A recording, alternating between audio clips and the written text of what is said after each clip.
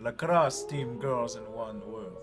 It's more than one world. I guess they like to play with balls. Softer than Bounty.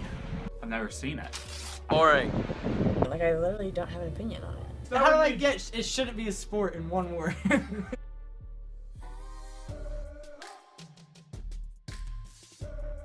Lacrosse is a game that has origins that can be traced all the way back to the early Native Americans.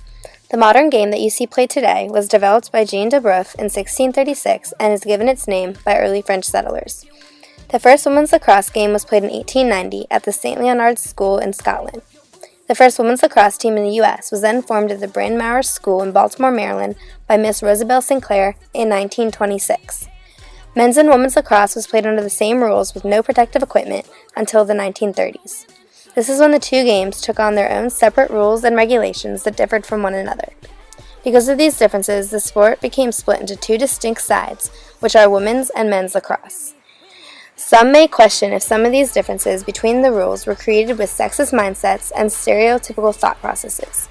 Because of some of the rule differences and how they affect the way the game is perceived, you can sometimes find an unwarranted negative stigma towards women's lacrosse. After interviewing both men and women on the OSU lacrosse teams, we get to hear how they feel about some major game differences between their two sports.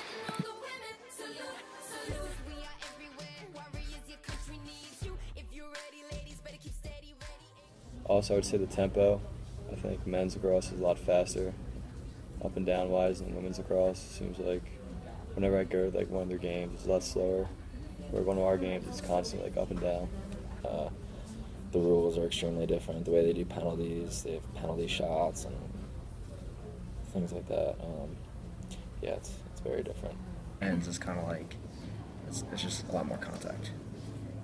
Where for us, you have to worry about a guy beating on your arms the whole game and the body slides, whereas for females they just have to worry about a stick in their face. And you get bumped in women's lacrosse, it's like a foul or something, and then they gotta restart everything.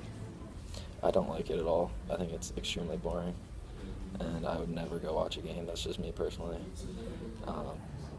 There are worse things to watch. I'll put it that way.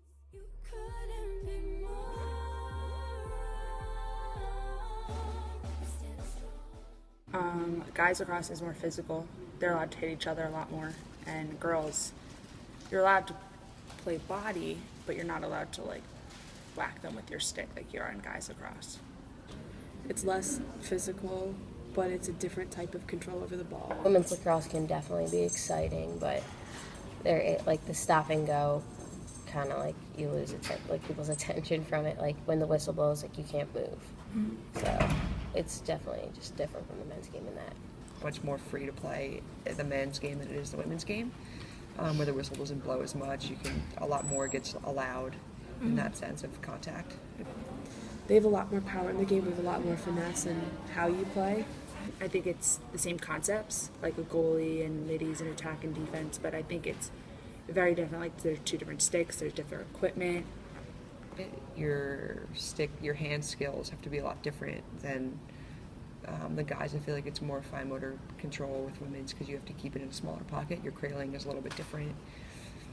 Women is more a finesse game and men is really powerful. So, honestly, I think it makes it a completely different game. They're both called lacrosse, but I've played women's lacrosse for 10 years, and I cannot tell you half the rules in the guys' game.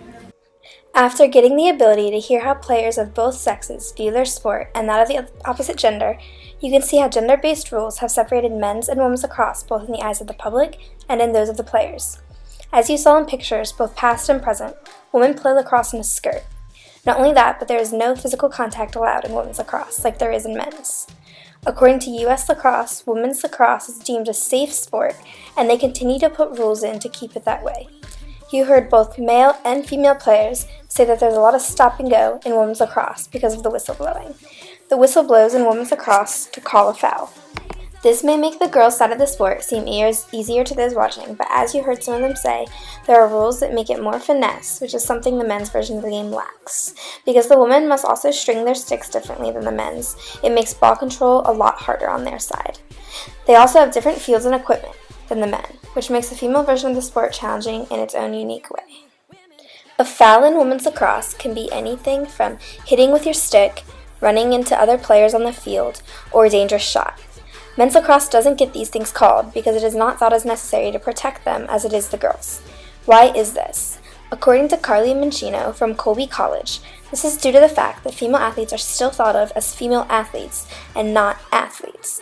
Quoting her, she says, "While men are looked at as athletes with no gender attached to this distinction, women are defined by their gender first and thus constrained to an idea that their participation in sport should be limited because of this."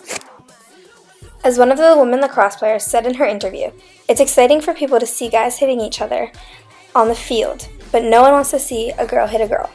You see these kinds of rules put into place in women's lacrosse as well as a lot of other women's sports. Women get a lot of negative stigmas toward their sport when they are just playing with the rules created for them. There is nothing they can do to change these rules, nor do many of them want to. They are proud of the game they play and want others to be also. When I asked if they thought they could play with the men's rules, the answer was yes. When I asked if they would want to, the majority said no. These girls embrace their own distinct sport and the rules given to it. However, I hope to soon see a day where women get the decision to play like men do. A day where they don't have to be ridiculed for rules put in place by sexist people to protect them. Women athletes are athletes just the same. They are strong, they are fierce, and they are tough.